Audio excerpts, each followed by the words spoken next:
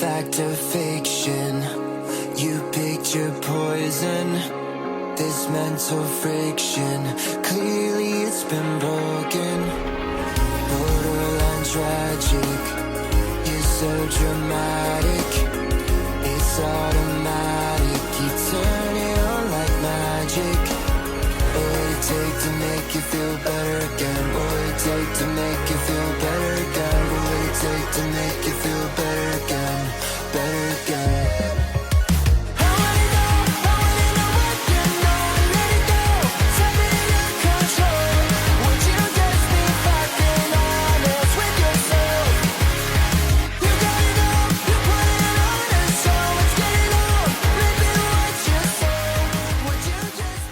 Grabe guys, hinintay ko talaga tong color variant na to na dumating dito sa Yamaha Bike Link Tagum. At syempre ngayon dumating na, hindi ko talaga pinalagpas na hindi to mabigyan ng review. Paano ba naman kasi? Sa lahat ng color variant nga ng Aerox na nilabas ngayon 2025, ito talaga yung bet ko, no? Etong glaze blue. Pero kung titingnan mo siya sa personal guys, para siyang white, no? Na may konting pagka-bluish. Pero doon sa mismo website niya, glaze blue yung ayan, yung kulay niya. So, of course, this one guys is standard. So, makikita nyo naman, napaka-astig talaga ng itsura niya.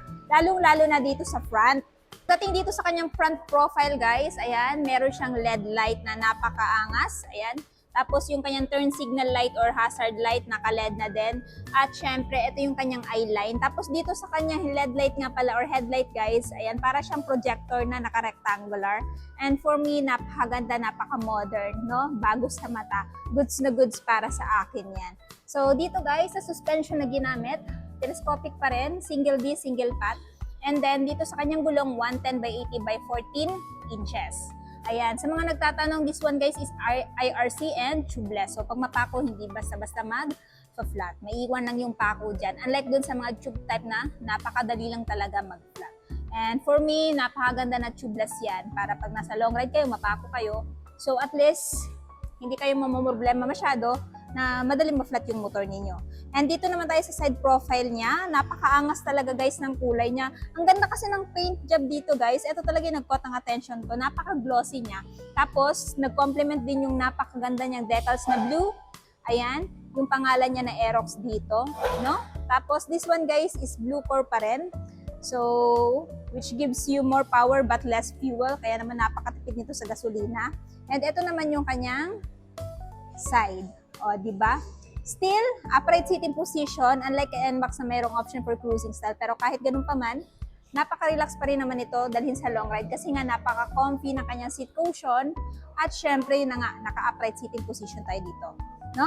So, dito tayo guys sa kanyang dashboard. So, yung dashboard niya guys is fully digital. So, kumpara doon sa old version, yan. Yung ngayon is, ayan, may abang na siya. So, bago yung design niya. So, LED siya. Inverted yung kulay. Instead na white, ayan, navy blue. So, yung information meron dito is speedometer. Ayan. Yung trip, kilometer, kung ilan yung natakbo, 0.1. Ayan, fuel gauge. Tapos, ito yung RPM. Hazard light. Ayan. Ito yung hazard button, guys. Off muna natin. Tapos, dito kayo pipindot para ma-check kung ano pa yung mga information dito. So, ayan guys, F-Eco, average F-Eco battery. So, goods na goods yan kasi nga wala itong kickstart. So, palagi mo lang i-check yung battery health ng motor na to para nang sa ganun, hindi kayo magka-aberya pag gagamitin mo to sa long ride. Ayan. Trip. Tapos, meron siyang V-belt, tsaka yung time. Odo, trip 1. Ayan. So, trip F. F-Eco. So, bumalik na siya sa dati, guys. Tapos, aside sa button na hazard, ito yung electric start. Ito yung high beam, low beam, turn signal, yung menu, at yung kanyang horn. Then, dito, guys, napakaganda. Ayan, complement din yung kulay dito. Dito, rough texture. Dahon type pa rin yung kanyang side mirror. And for me, ayan, napakaganda kasi nga, hindi siya yung tipo na side mirror na parang bilugan. This one may kurba. So, mas nabagay dito kay Aerox, no? 155. So, since ito is standard naka-mechanical key, ayan. So, open for the fuel tank. So, ito yung fuel niya, guys. So, fuel tank capacity niya nga po pala is 5.5 liters. Kaya naman, hindi na kayo mabibitin sa long ride, guys, kung itong scooter na to ang dala ninyo. Tapos, ito times mo yung average fuel consumption, malayo-layo na rin yung mararating nyo dito since ito ay naka-Blue 4 pa rin. Ayan. Tapos, meron pa rin siyang Yamaha Motorcycle Connect. So, alam niyo naman yan, isang app yan na ida-download mo sa phone mo para mas monitor mo yung health nitong motor na to. So, dito guys, syempre yung forged carbon niya na design, bago din to. Hindi ganito yung dating version. Tapos yung paint niya dito na glaze blue. At syempre dito para siyang may design dito na honeycomb. And of course, this one is liquid cooled, kaya naman sa long ride, check mo lang palagi yung tamang coolant level para hindi ka ma-overheat. And yan, goods na yan. Tapos ito naman po yung kanyang seat. So naka-single toned. Ayan, naka-rough naman. Leather type yung dito. Tapos dito, iba yung texture. Pero same lang sila ng kulay. Ayan, naka-rough. Stitches, premium na premium. Tapos, syempre, hindi mawawala yung kanyang under-seat storage. Check natin yung under-seat. O, diba? So, ito po yung kanyang under-seat storage, guys. Kita nyo naman, napakalaki. So, kasyang-kasya dito. Ayan, papers ng motor, bag mo, yung mga, alam mo na, gamit mo kung maglo-long ride ka, pero kung hindi pa rin enough. Ayan, maglagay ka dito ng bracket for top box at saka top box. So, kung interested kayo guys, ayan, magbili ng top box. Meron akong top box na may re-recommend sa inyo, maging bracket dito kay Aerox. Ilalagay ko na lang dyan para, ayan, makita nyo din. At kung perfect yun para sa inyo, ayan. So, highly recommend guys na, ayan, yan yung bilhin nyo. Aside sa nasubukan ko na, yung quality talaga napakaganda. Ayan. So, ngayon, dito tayo sa baba. So, nandito guys yung kanyang MG Smart Motor Generator. So, pag pinatakbo to or pinaandar to, tahimik na lang. Hindi siya yung parang meron ka pang mapapakinggan na engine sound. This one is wala na.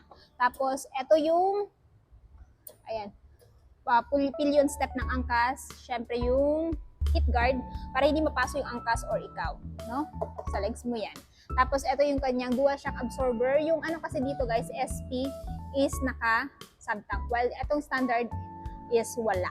Ayan. So, dito tayo sa tail. Pakita ko sa inyo yung tail, guys. Bago na din yung tail niya. Napakaangas din. Minimal din yung design. Turn signal is LED. Ayan. Dual shock absorber pa rin. Single disc, single pot.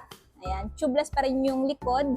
IRC pa rin yung brand. Tapos, yung tire size naman niya dito sa likod, guys, is 140 by 70 by 14 inches. Ayan, may ilaw pa rin ang plaka dito guys.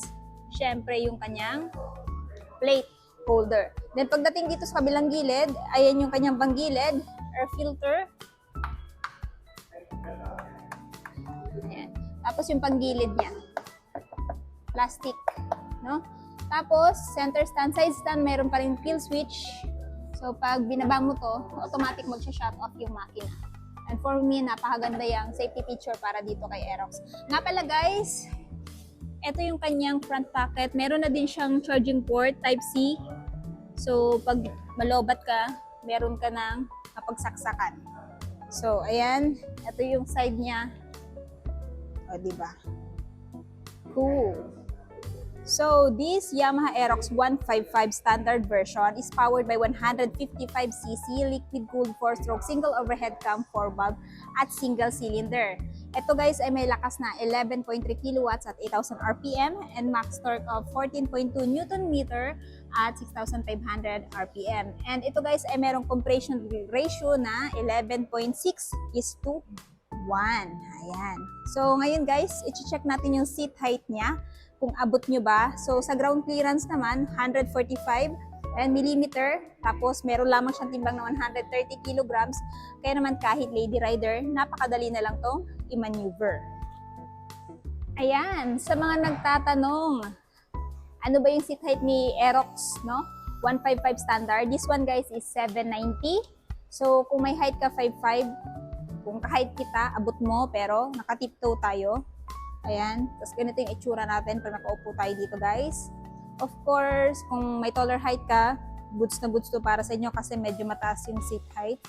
Ayan. Pero kung 5'5 naman, abot na abot nyo at the same time, yan yung kanyang turning radius. O, diba?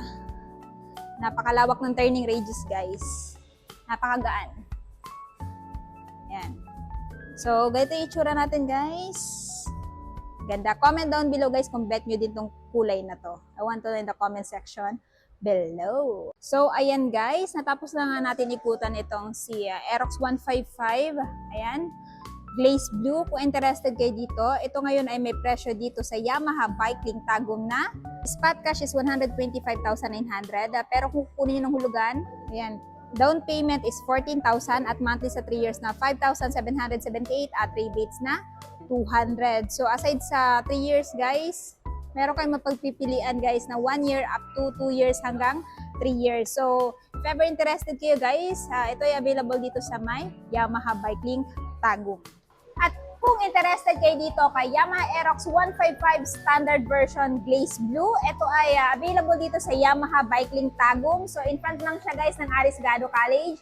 Full address, lalagay ko na lang dyan sa screen, maging sa description box para mas makapag-inquire kayo regarding sa motor na to. And also sa mga hindi pa nakapag-follow sa Facebook page ko, Instagram, TikTok, ayan, paki-follow na lang po ako, Langga Gail, and please paki-subscribe na din ako dito sa channel ko para nang sa ganon, pag may mga bago tayong upload, ayan, mas ma-update kayo at ma-notify kayo. So yun, guys, hanggang dito na muna tayo. Ride safe and peace out!